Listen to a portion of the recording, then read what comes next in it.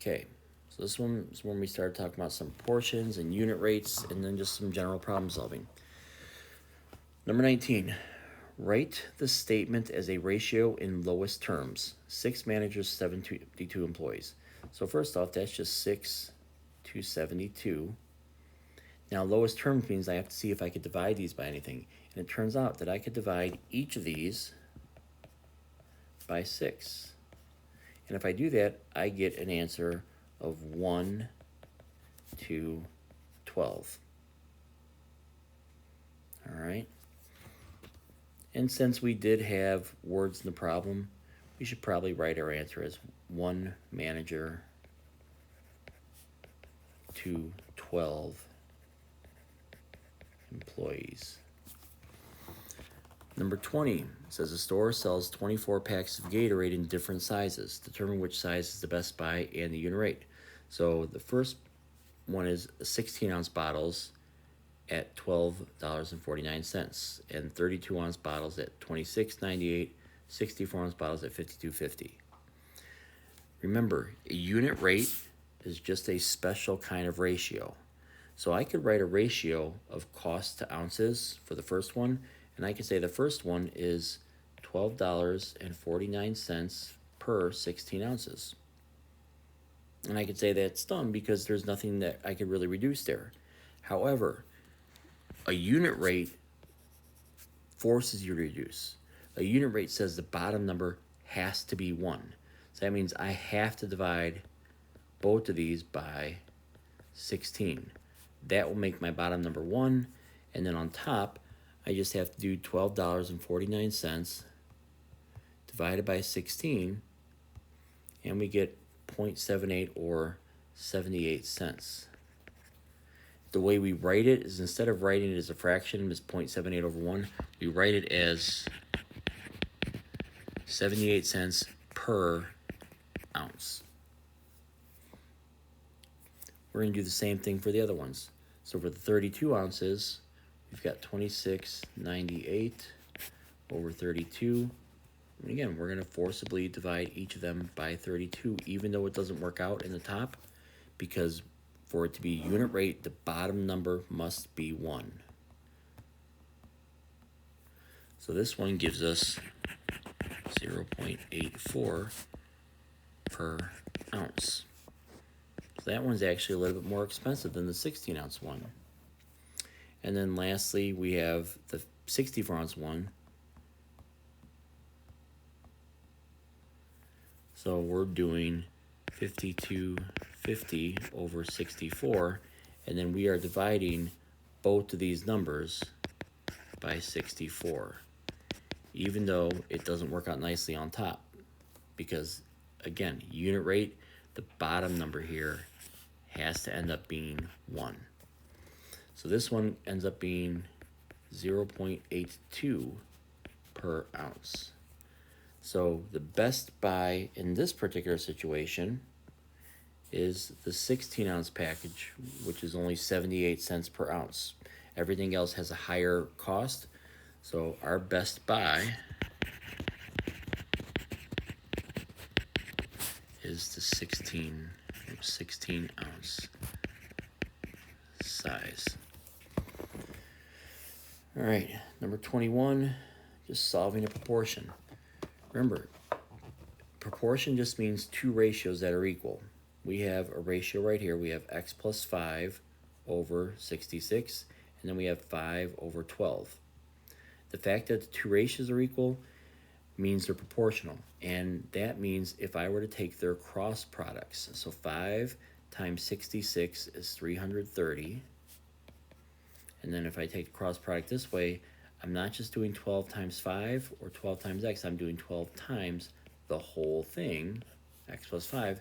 So I get 330, and if I use a little distributive property here, we get 12x plus 60. Well, my focus is supposed to be on the variable. There's my variable. It's the only variable, so that's pretty easy to focus. We just got to get rid of the 60, and we use subtraction because that's the inverse. And we have 270 equals 12x. Divide by 12. And we get x equals 270 divided by 12, which is 22.5. Now in this case, it's not a word problem. They're asking us to solve. They tell us an x in the problem, like they have the x variable there. We didn't come up with it on our own. So our answer is perfectly legit to just say x equals 22.5. Now, number 22. All right. Again, a couple ways that you could do it. Easiest way here is just to set up a proportion, okay? They are giving you a pair of numbers. They're saying that 80 British pounds pairs up or is worth $99.43 in American money. So I could write a ratio and say 80 goes with 99.43. Well, on the other side, I could write another ratio. This time I have 120 American dollars, so I'm going to put that there, and I don't know how much I have in British pounds, so I'm going to make that my variable. The thing to note, okay, the thing to always note about a proportion, everything should line up for some reason. So in this case, the top numbers both represent British pounds. The bottom numbers in both cases represent American dollars. The first column, okay, the first ratio up and down are equal value because 80 pounds is the same as $99.43 American, and the second fraction here or ratio is going to be equal value because we're trying to find out 120 American dollars, how many British pounds. Now that we have the proportion set up, it's just a matter of doing the cross products. So we get 99.43 times x equals 80 times 120, which is 9,600. And we divide this side by 99.43. Divide this side by 99.43. These cancel out, these cancel out. X is equal to 96.55. Again, word problem, so we're going to answer with some words here. We're going to say it is worth 96.55 British pounds. All right. Couple more to go here. Okay, number 23. Write and solve an algebraic equation for the following situation. Well, you know what? Again, that's one way to do the problem, but I've been trying to tell you guys all along, I don't care if you do it that way. You do it whatever makes logical sense to you. And one of the ways we've been doing that for a lot of these problems is by looking at things in a table. So this one here says, student's been saving his $5 and $10 bills. If he has a total of $220 saved and 34 total bills, how many of each bill does he have? Well, if we look at this and say $5 bills, $10 bills, total money. Now, we know that these two columns together is 34 bills, so these have to add up to 34. All right, so let's look at some scenarios. Let's start off, and I like to do this just because it makes it easier to see patterns. I like to put everything in one column. So let's put all 34 bills in the $5 column, which means we have 0 $10 bills. So that means for our total money, we're going to have 34 times 5 plus 0 times the $10 bills, all right? And that gives us $170. Now we're looking for a total of $220. Now I could just start doing some random guesses and see if I get lucky and come up with one that makes $220, or let's see if we can find a pattern. What if I were to change this by 1 and have 33 $5 bills and 1 $10 bill? Now my total will be 33 times 5 plus 1 times 10. That would be $175. Okay, so we're going in the right direction. Let's try one more. 32 $5 bills, two $10 bills. So that'd be 32 times 5 plus 2 times 10. That would be $180. So what I should be noticing over here is every time I change this by 1, over here it's changing by 5. Our goal is to get to a total of $220. So we're looking for a spot where we have $220 total. Well, to go from where we started at 170 to 220, that's a difference of $50. And every step is worth 5. So if I do 50 divided by 5, we get 10 times, or 10 steps.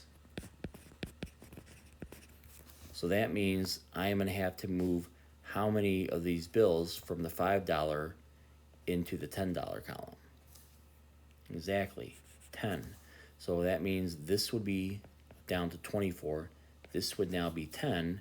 And if I check, 24 times 5, which is 120, plus 10 times 10, which is 100, that does in fact equal $220. So my answer is 24 $5 bills and 10 $10 bills. And lastly, a car and a motorcycle leave the same location traveling in opposite directions. Okay, so here's the car. I know, my artistic skills are amazing. Car's going this way, and he's going 55 miles per hour. And then we have a motorcycle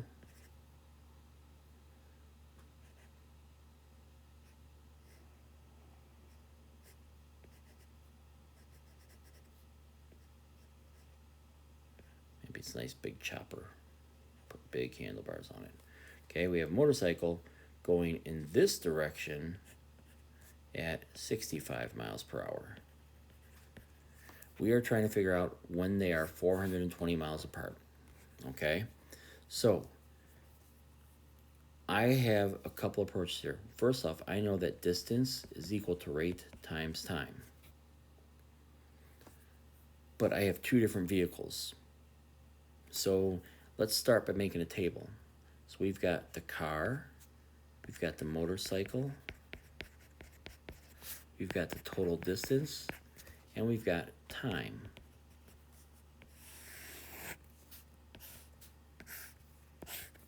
So at 0 hours, the car is 0, the motorcycle is going 0, total distance is 0.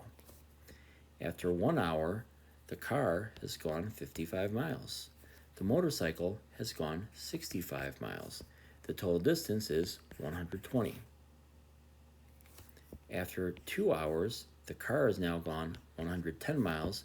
The motorcycle's gone 130 for a total distance of 240.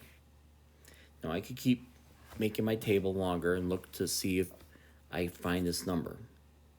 Or, again, pattern. I'm looking specifically for 420. That's the goal right here, okay? I want to get 420. I want to figure out what that's going to be. Well, notice every hour over here, my total distance is changing by 120. So if I use my formula, distance equals rate times time, well, I want my distance to be 420. My rate is 120. My time is the question mark. So all I have to do is divide by 120 on both sides, and we get t is equal to 3.5. So to answer the question, how long have they been traveling? For 3.5 hours. And if you prefer, you could say 3 hours and 30 minutes. You could say 3.5 hours. I don't care how you say it, as long as you say it correctly. All right. Thanks a lot, guys.